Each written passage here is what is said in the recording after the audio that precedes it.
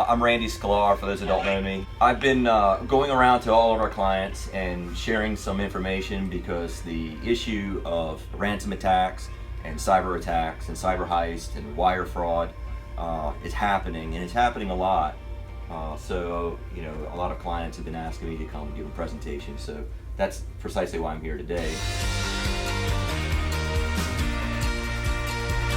If you don't leave with anything else that you learn from this session, I want you to leave with this one thing.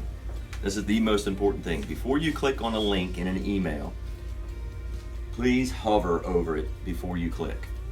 One of the number one ways that people are infecting their computers or falling for these ransom attacks are clicking infected links, and they don't know it in their emails. So you get an email from me saying to reset your password, or you get an email from CVS, or you were saying you got one from Amazon, or you didn't get an email, you bought something that was fraudulent. It's a little different. Yeah. But you get an email from Amazon saying, here's the confirmation for your purchase of this new television. You're like, you have an Amazon account? No. Do you? You do, obviously.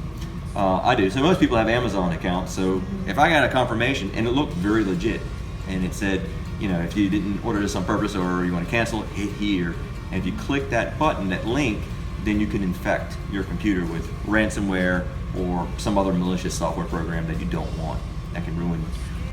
Who knows what happens if you hover over a link before you click?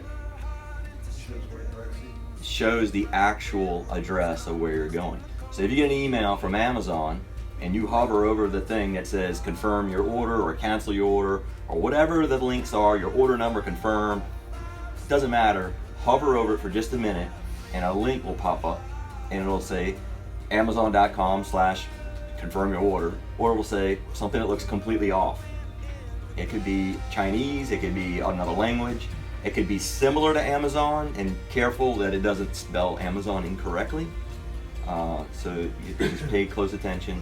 And if it says something other than Amazon.com and you click on it, chances are you're going to install software on your computer like ransomware. The other thing is, if you reply to an email that's asking you to do something or asking you to wire money or any kind of request where you got a reply, verify who you're sending that email to. Double check the email address. If I send an email to you and it says Randy Sklar and you hit reply, if you look at the email address, it may say something completely different. It might be a Gmail account. It might be my name misspelled just a little bit. It might be an I instead of a Y in Randy. It might be Skylar Technology, which everybody mispronounces my name, or Technologies, IES, instead of a Y at the end. But just pay close attention to those small little details that are just a little bit different. Verify the sender.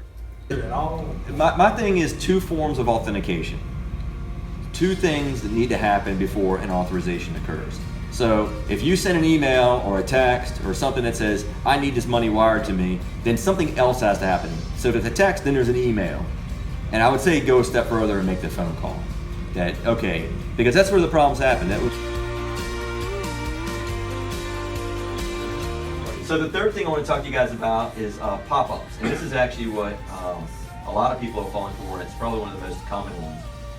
So you're clicking around and all of a sudden a pop-up comes on your screen and it says you've been compromised. You need to call this phone number to get your computer cleaned up. And it happens a lot. And these are the things that people are falling for. So they call the number and it's somebody on the other line that says, something to the nature of, yep, you've been hacked. We need $300 to clean up your machine. And I know people that have paid the $300 and then they remote in, they allow them access to their computer, and they allow them to clean it up, and then of course the scam doesn't stop there. They say, well, we need to check the other devices and computers in your network or your home, and so we need $300 per machine.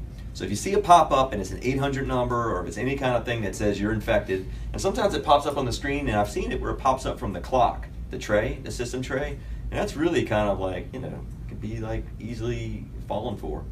And so if somebody puts a number up, the only number you should call is our number.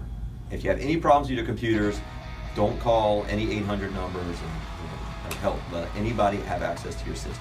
Because once they're in, they can start planting other code on the computers that allow them remote access, and they can do all kinds of things. That's it.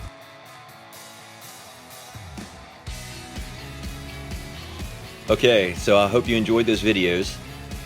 Remember to always stay alert and be very careful about where you're clicking. Hover before you click on any links on an email or even on a website if you're not sure.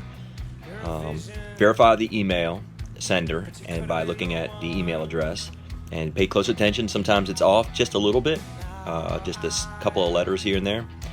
And always feel free to call us at any time and send us an email or forward us a message if you've got one and you think it's a fraudulent one, or if you've not even clicked on it, or if you have, it doesn't matter. Just send it over. We'll be glad to help. Well, enjoy yourselves and let us know if we can help anymore. Thank you.